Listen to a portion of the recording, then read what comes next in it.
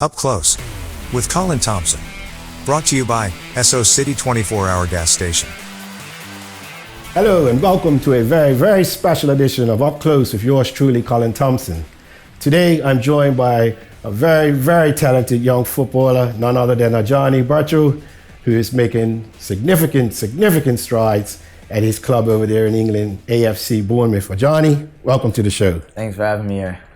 Yeah, and obviously you're home for the holiday, but just before you got here, I think you set some records on both sides of the Atlantic. Is that correct? Am I correct? Yeah, correct. Yeah, so you made a historic debut, if memory serves correct. Yeah. What was it like? It was unexpected, but then when I heard the news, I was kind of excited. I just had to perfectly match as normal.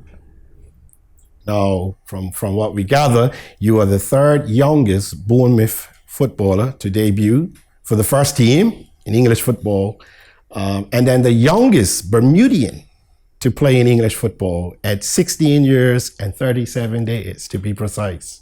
How does that strike you?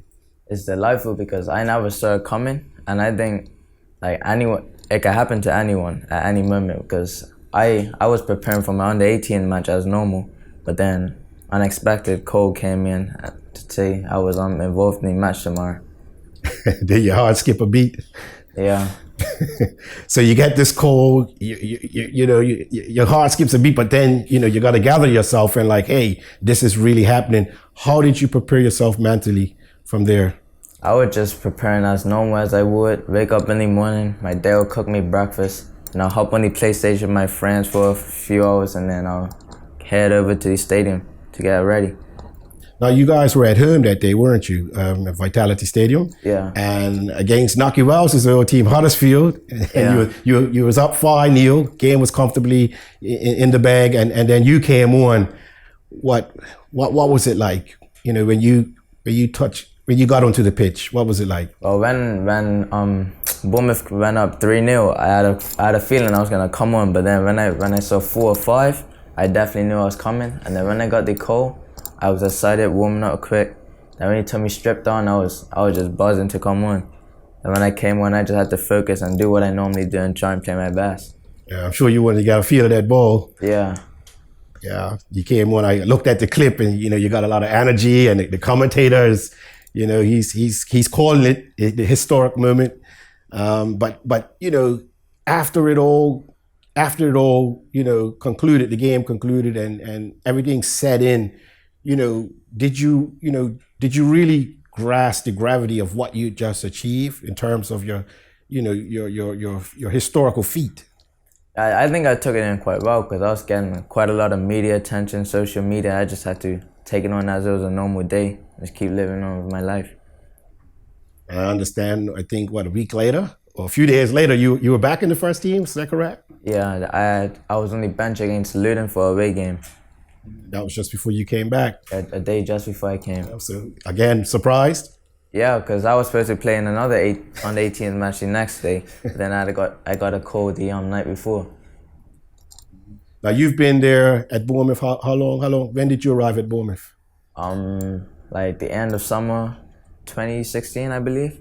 2016. So I've been for like 4.5 years. Wow. So what's it like in that sort of environment? That setup, professional setup. It's quite different to Bermuda because we train more often. The training sessions are longer. You have to get used to the climate and everything, and then new friends, new coaches, new people. You just have to get used to it.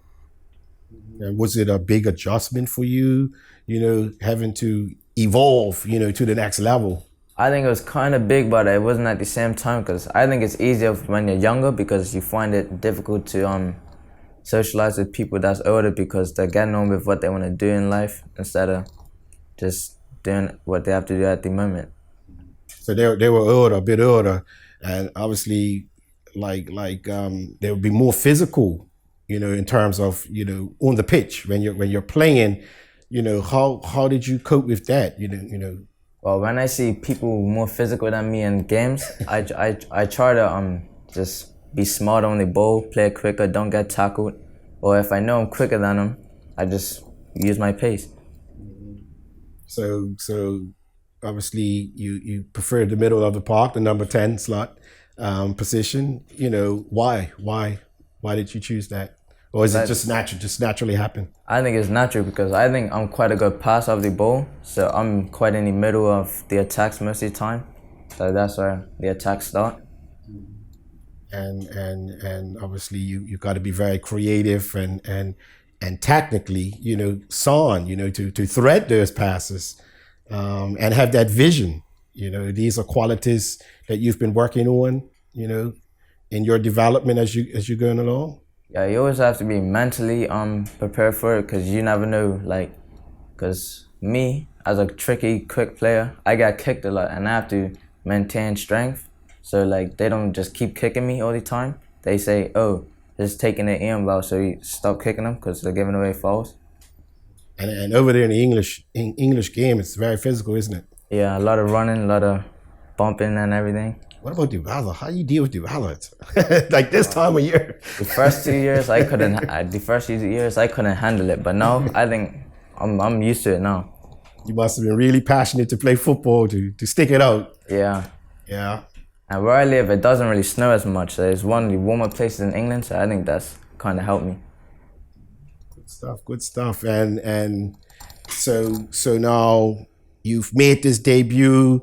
You know, you're here on break, obviously. Happy to be back home. Yeah. Yeah. But going forward, you know, what do you, obviously when you get back, you want to hit the ground running, pick up where you left off.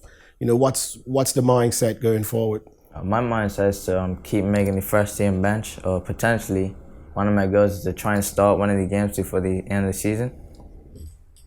Right. Okay. Well, we're just going to pause for a quick break, and we'll be right back with young Ajani Burchall after these messages.